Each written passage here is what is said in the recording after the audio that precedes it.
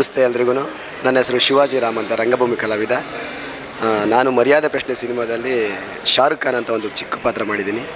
ಮರ್ಯಾದೆ ಪ್ರಶ್ನೆ ಸಿನಿಮಾ ಸಖತ್ತಾಗಿದೆ. ಸಖತ್ ಸ್ಟುಡಿಯೋದಲ್ಲಿ ನಿರ್ಮಾಣವಾಗಿರುವಂಥ ಒಂದು ಸಿನಿಮಾ ಸಖತ್ತಾಗಿದೆ.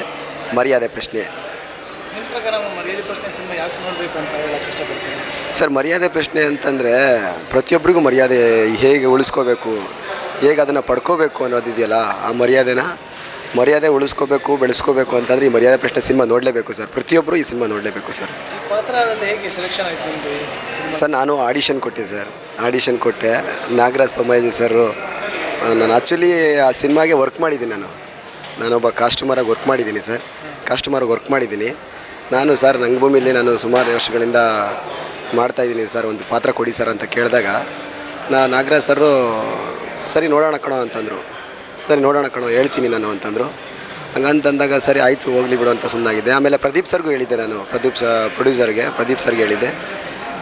ಒಂದಿನ ಆ ಪಾತ್ರಕ್ಕೆ ಈ ಶಾರುಖ್ ಖಾನ್ ಅನ್ನೋ ಒಂದು ಪಾತ್ರ ಯಾರೋ ಒಬ್ಬ ಕಾಮಿಡಿ ಕಿಲಾಡಿ ಹುಡುಗಿಗೆ ಸೆಲೆಕ್ಟ್ ಆಗಿದ್ದರು.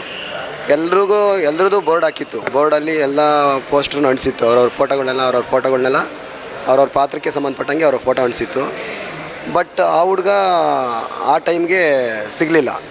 ನನಗೆ ಕಾಲ್ ಶೀಟ್ ಇಲ್ಲ ಸರ್ ಅಂತ ಹೇಳಿದಾಗ ಆ ಪಾತ್ರನ ನಮ್ಮ ಒಬ್ಬ ಅಸಿಸ್ಟೆಂಟ್ ಡೈರೆಕ್ಟ್ರು ಈ ಸಿನಿಮಾ ಸರ್ ಇವನು ಪಾತ್ರ ಮಾಡ್ತಾನೆ ಸರ್, ಇವನು ಆರ್ಟಿಸ್ಟ್ ಅಂತ, ಇವನು ರಂಗಭೂಮಿ ಕಲಾವಿದ ಅಂತಂದಾಗ ಸರಿ ಕಣೋ ಆಯಿತು ಅಂತಂದಾಗ ನನಗೆ ಕರೆದ್ರು.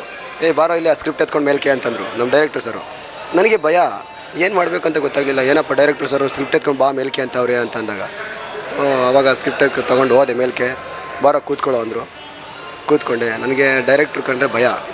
ಯಾಕೆ ಅಂತಂದರೆ ಅವರು ಸ್ಟ್ರಿಕ್ಟು. ನಾನು ನೋಡ್ತಾ ಇದ್ನಲ್ಲ, ಡೈಲಿ ಶೂಟಿಂಗ್ ನೋಡ್ತಾಯಿದ್ದೀವಿ. 20 ಡೇಸ್ ಶೂಟಿಂಗ್ ಮಾಡಿದ್ದೀವಿ. 21ನೇ ದಿನ ನನ್ನ ಕರೆದಾಗ ಭಯ ಆಗೋಯ್ತು. ಆವಾಗ ನೋಡೋ ಈ ಪಾತ್ರ ಹಿಂಗಿದೆ, ಒಬ್ಬ ಉತ್ತರ ಕರ್ನಾಟಕ ಹುಡುಗ ಖಡಕ್ ಆಗಿರಬೇಕು ಅಂತ ಹೇಳಿದ್ರು. ಆವಾಗ ನಾನು ನಮ್ಮ ಟೀಮಲ್ಲೇ ಒಬ್ಬ ಅಸಿಸ್ಟೆಂಟ್ ಡೈರೆಕ್ಟರ್ ಇದ್ದರು, ಉತ್ತರ ಕರ್ನಾಟಕ ಭಾಷೆಯವರು. ನಾನು ಅವ್ರ ಹತ್ರ ಡೈಲಿ ಮಾತಾಡ್ತಾ ಇದ್ದೆ. ನನಗೆ ಆ ಪಾತ್ರ ಯಾವಾಗ ಹೇಳಿದ್ರು ಈ ಪಾತ್ರ ನೀನು ಮಾಡಬೇಕು ಅಂತಂದಾಗ ಪ್ರತಿದಿನ ಅವ್ರ ಜೊತೆನೇ ಉತ್ತರ ಕರ್ನಾಟಕ ಭಾಷೆಯಲ್ಲೇ ಮಾತಾಡ್ತಾ ಇದ್ದೆ. ಪ್ರತಿದಿನ ಹೊರಗಡೆ ಹೋದ್ರೂ ಉತ್ತರ ಕನ್ನಡದಲ್ಲೇ ಮಾತಾಡ್ತಾ ಇದ್ದೆ. ಆವಾಗ ಚೆನ್ನಾಗಿ ಮಾಡೋಕ್ಕಾಯ್ತು. ನನಗೆಲ್ಲ ಸ್ಫೂರ್ತಿನೇ ನಮ್ಮ ನಾಗರಾಜ್ ಸರು ಮತ್ತು ರಾಜ ಪ್ರದೀಪ್ ಸರು ತುಂಬ ಚೆನ್ನಾಗಿ ಹೇಳ್ಕೊಟ್ರು. ಆ ಪಾತ್ರ ಮಾಡೋದಕ್ಕೆ ನನಗೆ ಸ್ಫೂರ್ತಿನೇ ಅವರು, ನಾಗರಾಜ್ ಸರ್ ಮತ್ತು ಆರ್ ಜೆ ಪ್ರದೀಪ್ ಸರು ಮತ್ತು Shweta madam. Thank you sir, thank you so much sir. Ashwavega English News. Coming soon. Your channel, your voice, your trust.